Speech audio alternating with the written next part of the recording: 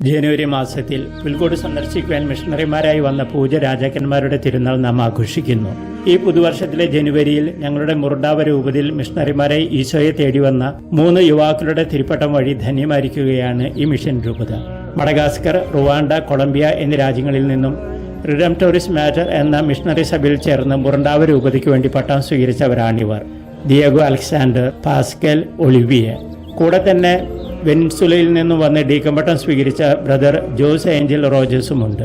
നെയോ കാറ്റഗിമിനൽ വേ എന്ന പാതയിലൂടെ സുവിശേഷവൽക്കരണത്തിന് ആവശ്യമായ വിശ്വാസ പരിശീലനം നൽകുന്നവരാണ് റിഡംപ്റ്റോറിസ്റ്റ് മാറ്റർ അല്ലെങ്കിൽ മദർ ഓഫ് റിഡീമർ എന്ന ഈ സഭ. 24 പേരാണ് ഈ സഭയിലൂടെ ഇവിടെ സേവനം ചെയ്യുവാൻ എത്തിയിരിക്കുന്നത്.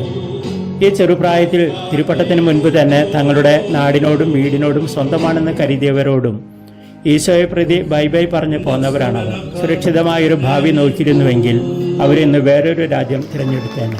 എങ്കിലും അവർ നാട്ടിൽ ഉപേക്ഷിച്ചു പോന്ന സ്വന്തക്കാരും ഈ മംഗളകർമ്മത്തിന് സാക്ഷ്യം വഹിക്കുവാൻ എത്തിയിരുന്നു. അർപ്പിക്കപ്പെട്ടവർ പോലും ഈശോയാണ് നമ്മുടെ സമ്പത്ത് എന്ന് പറയുമ്പോഴും സാമ്പത്തിക സുരക്ഷിതത്വവും സ്റ്റാറ്റസ് സുരക്ഷിതത്വവുമാണ് പലരുടെയും മുൻഗണനകൾ. ഒരിക്കൽ പോളിയോ ബാധിച്ചു ഒരു കാൽ നഷ്ടപ്പെട്ട ഒരു ശ്രീരത്നം തീഷ്ണതയിൽ എരിഞ്ഞ് ആഫ്രിക്കയിൽ മിഷൻ പ്രവർത്തനത്തിന് പോകുവാൻ വിസ ലഭിക്കാനായി ഇന്റർവ്യൂവിനെത്തി. വിസ ഓഫീസർ മതിയായ ഒരു കാരണം തിരക്കി ചോദിച്ചു, എന്തുകൊണ്ടാണ് വികലാംഗയായിട്ടും കഷ്ടപ്പെട്ട് മിഷനിൽ പോകുന്നത്?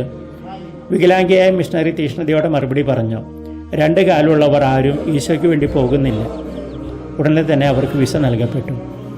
നമ്മളിൽ പലരും അംഗവൈകല്യം ഇല്ലാത്തതുകൊണ്ടാണ് ഈശ്വരനായി അയക്കപ്പെടുവാൻ മടി കാണിക്കുന്നത്.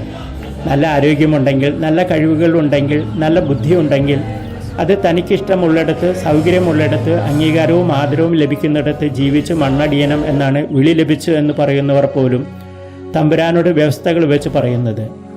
നാം എപ്പോൾ വേണമെങ്കിലും വികലാംഗരാകാം, ആത്മീയമായോ ശാരീരികമായോ.